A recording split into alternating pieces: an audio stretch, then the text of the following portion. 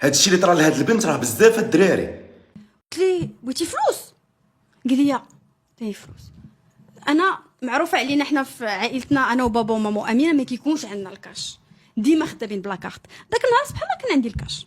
قلت ليه واش خاصك شي حاجه اخرى؟ قال لي المهم مشي عطيتو، دورتها بواحد الطريقه، المهم جوج دورتهم بواحد الطريقه. وحنا غادي للدار، حلينا الباب ديال الدار، شنو غادي نلقاو في الارض؟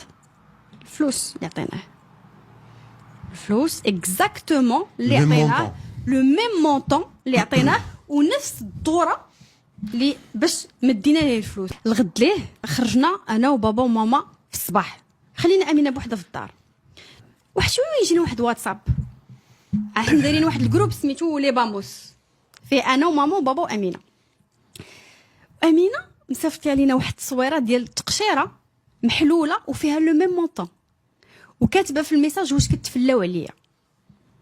وما نقولش لك انا ملي قريت داك الميساج كنت غادي نسخف ومشيت عند بابا وماما قلت لهم واش نتوما درتوا هادشي، بغيتوا تخلعوا امينه، راكم عارفينها كي دايره وهي بوحدها في الدار دابا، واش نتوما اللي درتوا هادشي؟ كيحلفوا لي بالله ماشي هما. هاد الصباح هذا مي فقت كندير لاسبيراتور للفراش، كنهز الوساده، وشنو كنلقى؟ الفلوس لو ميم مونطون، لو ميم مونطون عاوتاني. لو ميم